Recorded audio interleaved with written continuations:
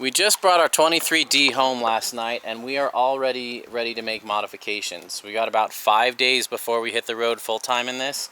Some modifications are going to have to wait, but my number one priority first is getting a lift on this thing.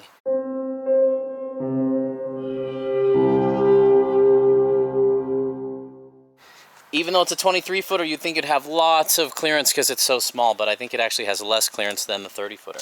Let's take some measurements so that we can compare this afterwards.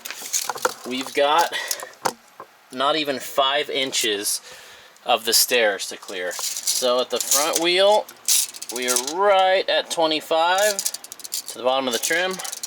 Back wheel, same thing, maybe a 1/4 inch higher. Back here, we are 20.375. We don't even have 7.5 inches of clearance under the gray tanks. And that's a pretty common place to hit stuff when you're going off-road.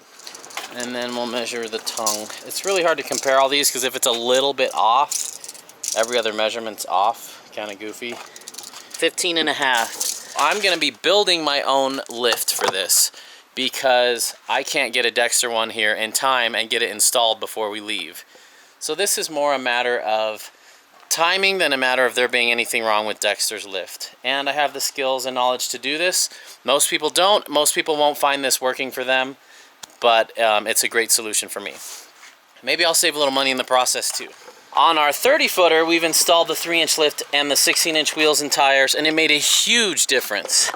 So looking at this, on our steps, we've got almost 10 inches of clearance, but it still doesn't look ridiculous and there's not a huge step to get inside. So the 30 footer ends up with a lot more ground clearance. We can take it to a lot more boondocking, dirt roads, that sort of thing. If you never leave the pavement, and most Airstreams don't, you probably don't need this. But we camp in the dirt more than we camp at a place with plugins and hookups. So this is a big and useful modification for us. This is our 2010 30 footer Sparky. This is the Dexter lift kit for this. This is meant for a number 11 axle. We have a number 10 axle on the other one, so this kit won't work on the other one. Basically, I'm going to be building my own version of this. It's just a block that goes between the axle and where it mounts to the frame. So that's what we're going to do on the other one. Now we're under the 23 footer with no lift, and I need to make some measurements. This one's different. We've got a propane line running through here, so I'll need to accommodate that. Makes things a little tricky. So this is 2.5 inches wide, and let's see how long it is. 9 7/8 long. So I need to multiply those by 4, then I'll have my measurements, then I'll be good to go. One other thing I'm going to do is measure how thick the metal is on Dexter's bracket, on the stock one. It is 2/10 of an inch, so it's shorter than a 1/4 inch, probably 3/16.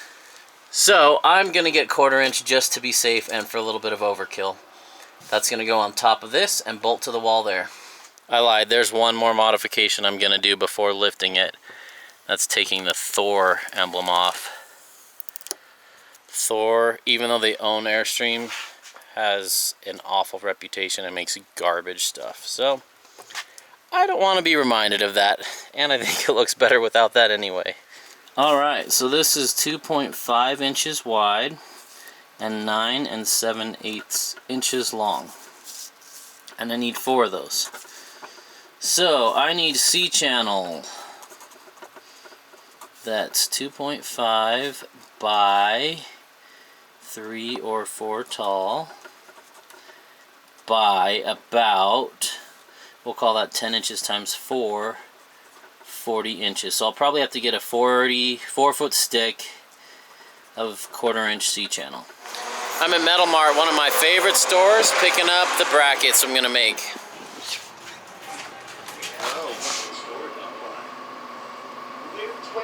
Alright, 65 bucks for 4 of these, and a whole bunch left, and some gussets, and including the cuts. They cut them a little long, which I paid them to cut them so I wouldn't have to true them up later. Looks like I gotta true them up anyway, but I'm gonna try angle bracket instead of square or C channel, because you'll see why later. I think this will be just fine. 1/4 inch, super strong. And when I add the gussets, it'll be just as strong as the other ones. The next step is to disconnect the propane line. There's a hard line that goes right through the axle over here, and I want to disconnect that, get all the line clear so that when I'm welding I don't accidentally catch myself on fire, blow up my awesome trailer, and blow up my body. That would be a bad thing. Now I have to loosen this propane hard line, which goes through the axles there, so that I can drop the axles. And I don't know why, but this really intimidates me, but here goes. I guess it's because of the explosion factor. That adds a little to the intimidation. And those of you who are new to my channel, this is my favorite tool ever. It's a crescent that locks in that last little millimeter. I'll put a link to it in the description if you don't have one of these yet. So worth it. These are the copper lines that carry propane back to the water heater, which is in the back on this model. On my last trailer, it didn't have any of this to go through. I need to be very clear, this is not a how-to video. This is my story of me conquering this project. Hopefully you learned something in the process, either from my successes or from my mistakes. But I don't expect anyone else to be doing this level of customization that I'm doing. Although some of you are crazy enough to try.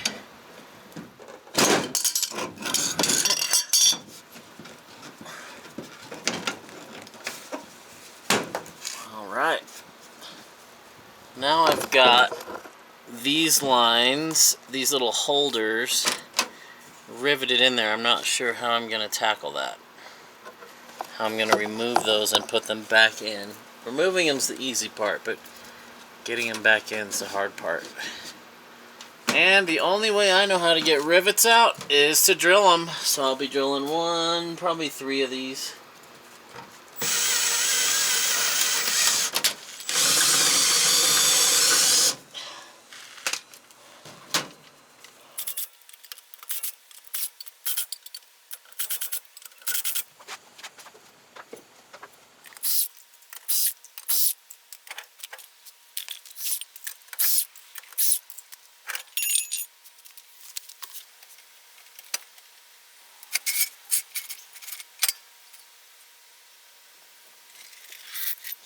Okay, I've got it all supported with jack stands, and now I'm getting ready with my impact to knock this off and loosen the bolts that hold this side of the axle on so I can slowly drop it.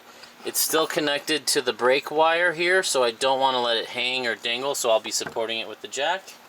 Look who's here, Trevor made it. Good friend Trevor. He knows right when to show up, right whenever I need help. I didn't even ask him to come over, he's just that good of a friend. Piece of cake with that tool. Coming down. Right there. You're on? Okay.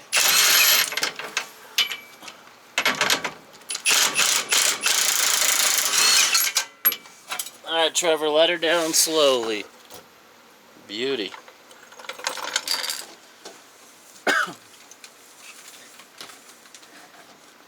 These are light enough. You can bench press it.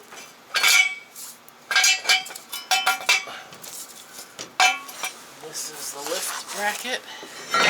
Yep, and then I'm gonna weld it to this, yeah, and then just drill a hole there and bolt it in. Okay, I figured it out. I'm gonna do a 4-inch lift, which is crazy. The biggest lift I've seen is 3 1/8. Not a huge deal. Okay, I am pioneering this for you, all of you other Airstreamers who are gonna do this. So,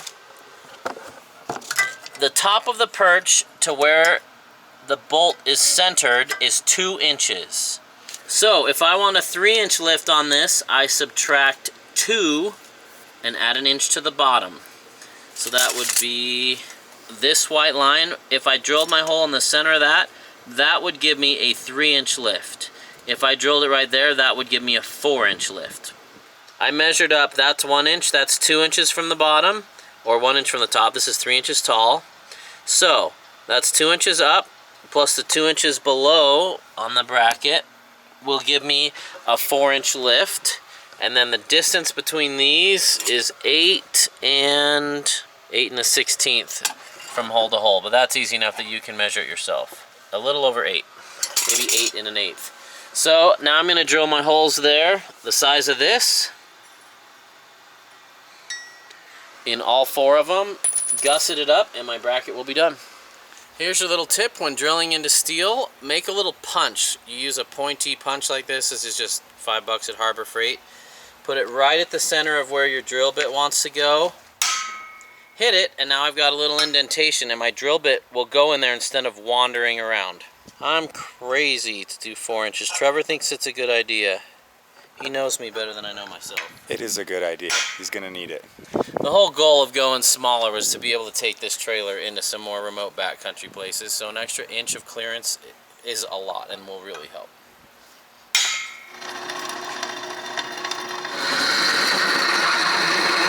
Also, a tip is make sure when you're fabricating around metal and drill presses that you wear sandals. Absolutely, sandals and shorts for everything, people. It's the only way to fab. Always. I'm cutting gussets to gusset the bracket in there, and I have to cut the tip off so it'll fit.